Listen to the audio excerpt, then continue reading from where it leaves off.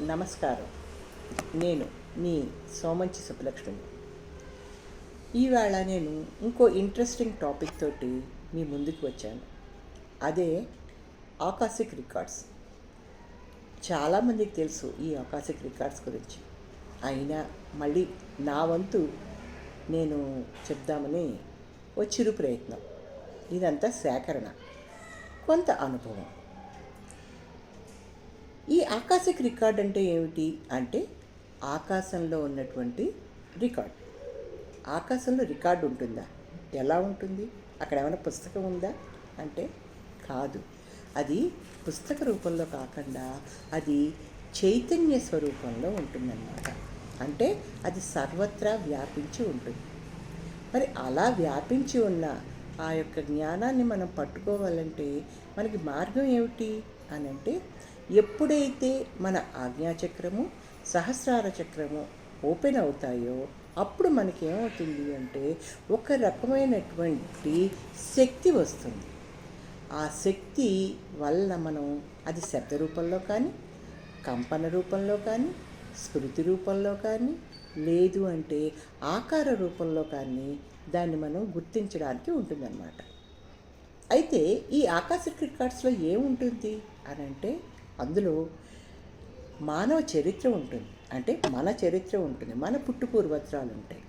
అదే రకంగా ఈ భూమి యొక్క పుట్టుపూర్వత్రాలు కూడా ఉంటాయి. అంటే మనకి అతల వితల తల అంటూ లోకాలు ఉన్నాయి కదా.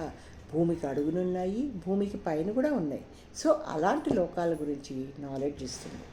అదే రకంగా మానవాతీతమైనటువంటి వ్యక్తులు ఉన్నారు కదా, అంటే దేవతలు, ఋషులు, వాళ్ళ గురించి జ్ఞానాన్ని ఇస్తుంది. అదే రకంగా భవిష్యత్తులో సంభవించే అనేక విషయాల్ని చెప్తుంది. సో ఇప్పుడు మనకి కాలజ్ఞానం చెప్పారు కదా బ్రహ్మంగారు. ఎలా చెప్పగలిగారు? ఈ యొక్క ఆకాశిక్ రికార్డ్స్ని చూడడం మూలానే చెప్పడం జరిగిందన్నమాట.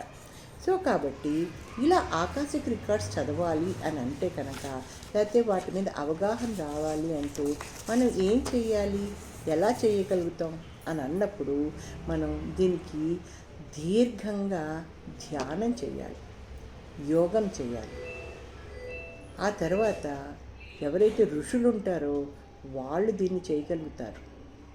అదే రకంగా సిద్ధపురుషులు ఉంటారో వీరు ఈ ఆకాశిక్ రికార్డ్స్ని చదవగలుగుతారు. అలాగే తత్వజ్ఞానులు ఎవరైతే ఉంటారో వాళ్ళు కూడా ఈ ఆకాశిక్ రికార్డ్స్ని చదవగలుగుతారు.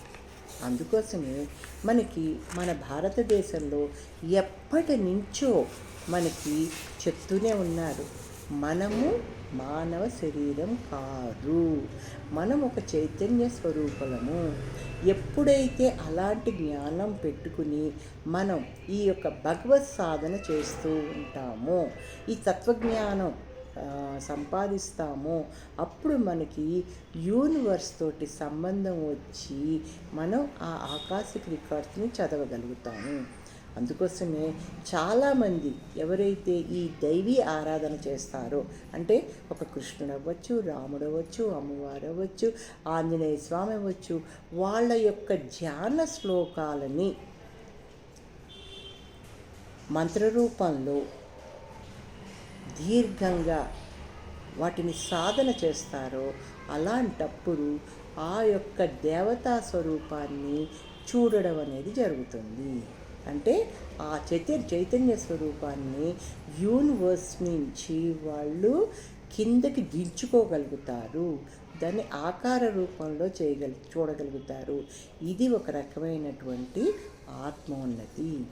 ఇలాంటి ఆత్మోన్నతి మనమందరం సాధించాలి.